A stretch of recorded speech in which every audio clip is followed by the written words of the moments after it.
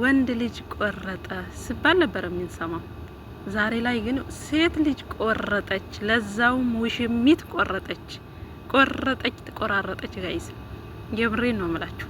ድሮም እኮ እማትወጪው ውርዋድ ውስጥ ነው የገባሽው። እማትወጪው ከማን ጋር እንደገጠምሽ ስላልገባሽ ነው። አረፈደም። አሁንም የብሬን ነው አረፈደም።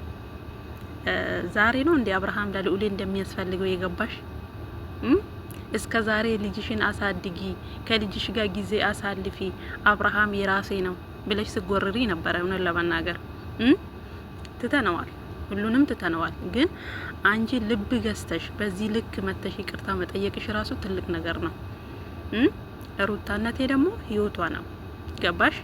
ትላንትናም ዛሬም ነገም ለወደፊቱም አብርሃም እና ሩቲ ተለያይተው የማይለያዩ ሰዎች ናቸው። አንቺ ነሽ ያለ ቦታሽ የማይመጥንሽ ቦታ ገብተሽ ጊዜሽን፣ እድሜሽን፣ ሰዓትሽን፣ የሴትነት ክብርሽን ጥለሽ በዛ ልክ ስትጋጭ ነበርሽው። አሁንም ደግሞ ነቅተሻል። በቃ ነቅተሻል። ሆነ ለመናገር እንኳንም አብርሃም ታመመ ማለት አሁን ነው በቃ። ምክንያቱም ያንቺን ህይወት እንዳይበላሽ በጊዜው ቋጭቶልሻል። ሌላው ደግሞ ወደ አብርሃም ስንመጣ አብርሃም አታስመስል።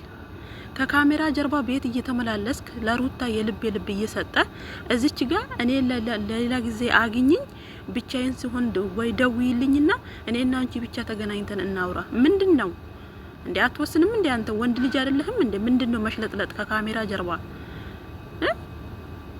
ሩታ ጋር ያለ ካሜራ እየሄድክ የልብ ትሰጣታለህ። እቺንም አሁን ደግሞ እዚች ፊት መወሰን አልችልም፣ ካሜራ ፊት መወሰን አልችልም፣ ሌላ ጊዜ አውሪኝ፣ ሌላ ጊዜ ያገኝሻለሁ ብሎ ነው በስተመጨረሻው የተሰናበታት። በቃ ቁርጧን ንገራት። እሷ እኮ ወጥቶላታል። ለአንድና ለመጨረሻ ጊዜ ነው አንተን ልታገኝ መጣችሁ ዛሬ አይደለ? አንተም ደግሞ በቃ ብቻዬን ነው መኖር የምፈልገውም ካልክ ቁርጡን ንገራት። ምንድነው ሌላ ቀን ደዊና አግኝኝ። አብርሃም ግን መች ነው የሚገባ? አንተ እንደሆነ አላደኩም ብለሃል አይደል እንዴ? አላደክም። አንተ ገና ጢንጦ ትጠዋለህ። ገና ብዙ ነገር ይጠበቅብሃል።